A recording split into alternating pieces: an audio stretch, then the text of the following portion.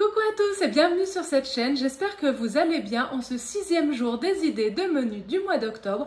Alors vous allez voir, aujourd'hui je vous ai trouvé des recettes qui sont relativement simples et qui, je l'espère, pourront se réaliser avec ce que vous avez dans le frigo. Voilà, je voulais changer un petit peu de ce que je vous avais présenté récemment.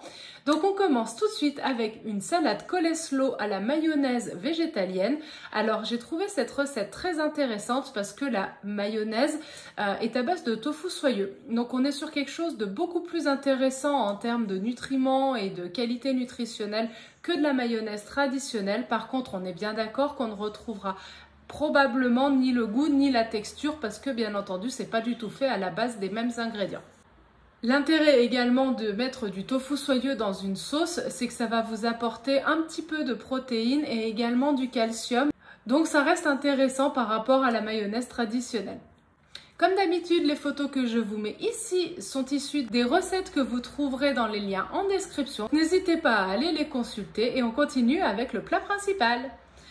Je vous ai trouvé en plat principal du coup une recette de riz thaï avec des blettes. Donc on a pas mal de blettes en ce moment et puis personnellement c'est un légume que j'apprécie beaucoup, que ce soit les feuilles vertes ou les côtes.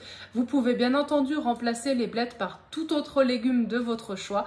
Je sais que c'est une recette que je fais très fréquemment et qui me permet de passer notamment les légumes que j'ai dans mon frigo. Donc généralement je fais cuire mes légumes, je les fais sauter et à la fin je rajoute mon riz déjà pré-cuit, de préférence la veille d'ailleurs et refroidi, et je le fais revenir à feu vif dans de l'huile. Ça apporte quelque chose de très savoureux, je sais pas, en tout cas ça relève par rapport au riz cuit nature dans de l'eau. Donc je vous invite vraiment à essayer avec ce que vous avez chez vous.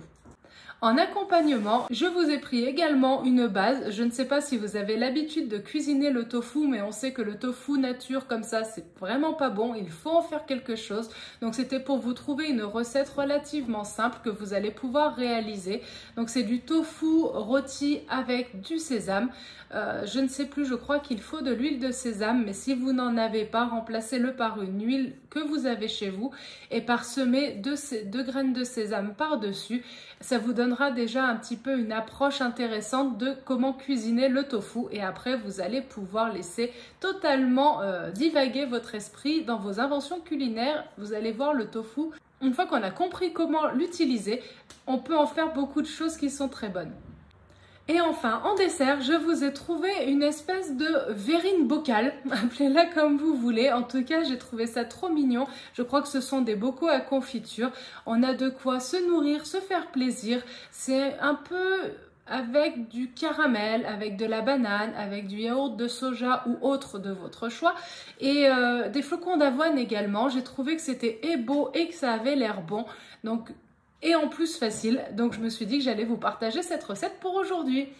Voilà, j'espère que parmi tout cela, il y a quelque chose qui vous intéressera. En attendant, je vous souhaite une très bonne soirée. Prenez soin de vous, bon appétit et à demain. Bye bye!